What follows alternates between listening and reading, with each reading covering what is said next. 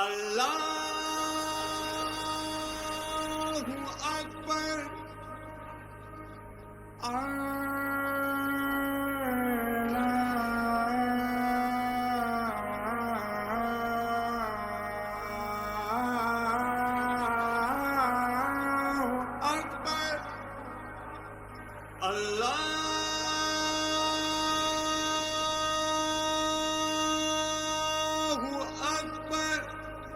Bem, pessoal, hoje nós vamos falar sobre o islamismo.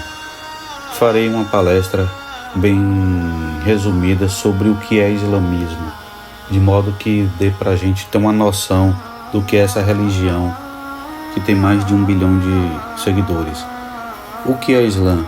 O Islã, por definição, a palavra árabe Islã significa rendição ou submissão a Deus. Os seguidores do Islã, chamados muçulmanos, acreditam que essa é a religião definitivamente revelada por Deus. O Islã é o ordenamento de vida para uma família e a sociedade. Ela prescreve normas de vestimentas e regras alimentares, assim como impõe leis que regulam o casamento e a herança. Os muçulmanos creem em Alá, seu Criador e Juiz, que deu a vida a todos os seres humanos e o chamará, no fim dos tempos, a prestarem contas de sua fé e de seus atos. Um muçulmano, portanto, é alguém que se submete a Deus, reconhece seu senhorio e deseja viver de acordo com sua vontade e seus mandamentos. Onde quer que o muçulmano pratique a sua fé, essa fé não é uma atividade limitada à sexta-feira ou a uns poucos feriados anuais, por exemplo, mas, antes de tudo, com seus inúmeros mandamentos e prescrições, é algo que dá forma não só ao cotidiano, mas também à vida como um todo, do nascimento até a morte. O pai sussurra no ouvido do filho recém-nascido, a confissão da fé islâmica, e em seguida a criança recebe um nome comumente escolhido com base na história do islamismo. E aí você vê essa pedra que é de fundamental importância para o islamismo.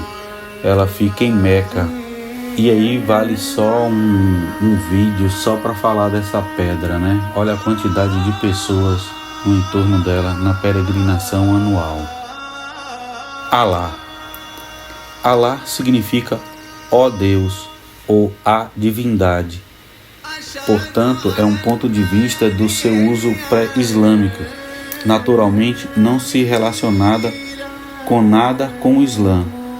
Nos tempos pré-islâmicos, o termo Alá era usado, além dos meios cristãos, ao menos por algumas tribos árabes, com o sentido de divindade suprema, criador e senhor do nosso mundo. Como surgiu o Islã? Deus incumbiu Maomé de ser o último da série dos profetas, o selo dos profetas, Maomé aceitou as escrituras reveladas dos judeus e cristãos como o povo do livro, ou possuidores de escrituras. Era assim que Maomé interpretava e chamava as outras duas religiões monoteístas. Os textos mais antigos citados pelo Alcorão são, entre outros, o Torá, dado a Moisés, os Salmos de Davi, e o Evangelho de Jesus. O Alcorão, portanto, não seria na verdade, uma revelação diferente, mas simplesmente uma renovação da mensagem única e imutável de Deus Criador e Juiz.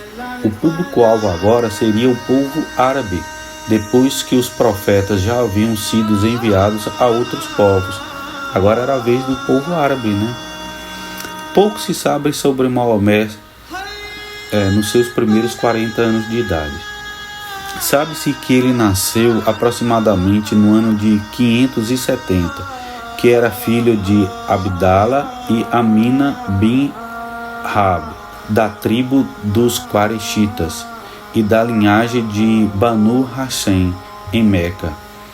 Depois da morte de seus pais, ele foi morar com o seu avô e depois com seu tio em seguida. Sabe-se que ele foi mercador e provavelmente não desconhecia aquela região. Ele descendia de uma família influente. Ele era um homem íntegro e um bom comerciante. Não se casou cedo, né? Ele casou um pouco tarde. E depois ele casou com uma viúva quando ele estava com 25 anos de idade, com Kajira Ben, que era uma viúva rica, cerca de 15 anos mais velha do que ele, da qual Maomé já havia sido empregado. Ele era chefe da caravana que ia de Meca para Medina. Por isso que eu falei que ele conhecia aquela região muito bem. Depois da morte dela, Maomé se casou com várias outras mulheres. As fontes mencionam números diferentes, entre 9 e 11. Alguns falam até em 13 mulheres, mas não é bem certo quanto a esse número. Havia ainda concubinas com as quais ele viveu como marido e mulher.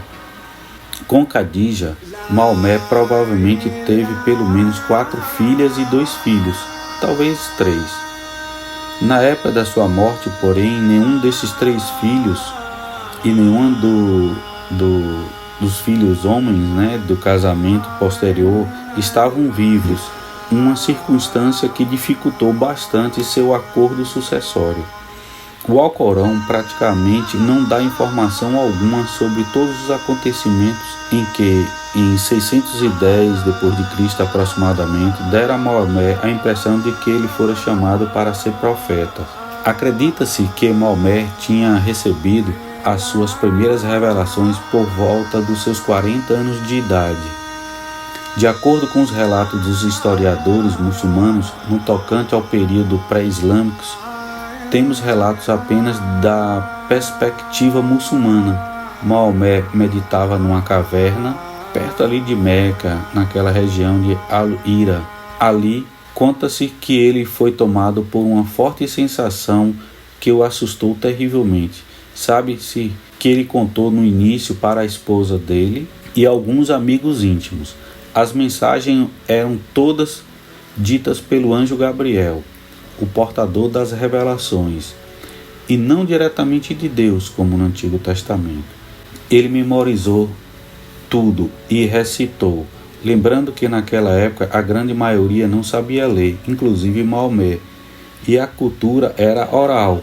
Talvez por isso que as primeiras suratas eram pequenas e poucas linhas.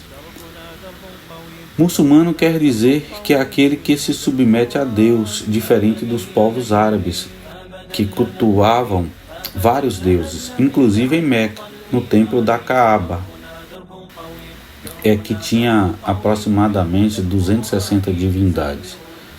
A nova religião se desenvolveu em Meca nos primeiros anos, até os políticos e comerciantes começaram a se incomodar com as pregações de Maomé. Meca era uma cidade sagrada, pois dentre os muros seriam fundada a Kaaba, literalmente o cubo, aquela pedra preta, o lugar onde Ismael, o filho mais velho de Abraão, estabeleceu seu primeiro domicílio depois de ser expulso da casa do pai.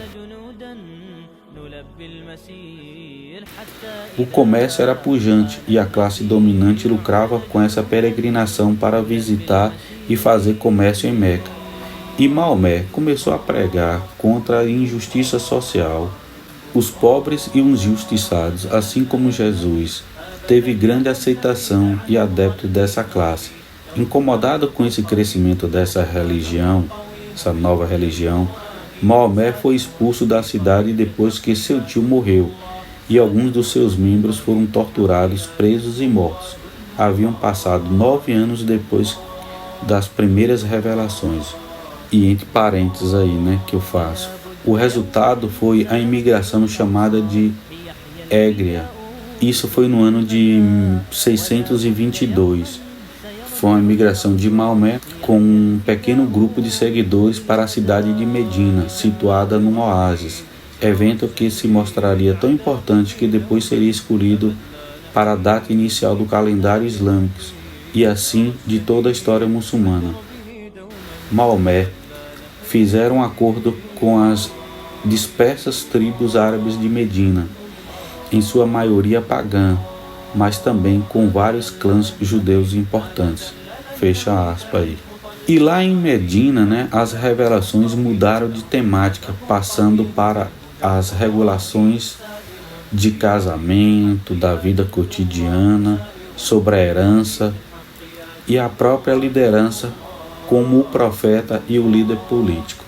Era chamado de o profeta árabe, o autêntico, pois Deus havia dado aos profetas para o judaísmo e o cristianismo. Ele morreu vítima de uma febre aos 62 anos de idade e não foi escrito as revelações durante a sua vida. Todas essas escritas foram feitas pós-morte de Maomé, sendo somente escrito a partir do ano de 651, quando o califa Omar organizou um comitê para coletar e autenticar os versos. Daí surgiu o Alcorão. Os versos passavam por critérios específicos, pois tinham que ser ratificados por duas pessoas que viviam com Maomé ou que viveram com Maomé, e depois confrontado por outras pessoas que sabiam de absolutamente todos os versos de cor. Depois de aprovado e concluído o texto, foi compilado num único volume e depois copiado e espalhado para todas as outras regiões, as cidades. Por isso que eles alegam que a destruição da tradição cristã e judaica, sendo essa deturpadas e corrompidas, o Alcorão corrige esses erros. Embora Maomé tenha tentado se aproximar dos judeus e poucos cristãos, não tendo sucesso, se voltou contra ele. Em outro vídeo, falaremos sobre o Alcorão, Hijab, Sharia, a maçonaria no mundo islâmico e outros temas mais. Não perca o próximo episódio.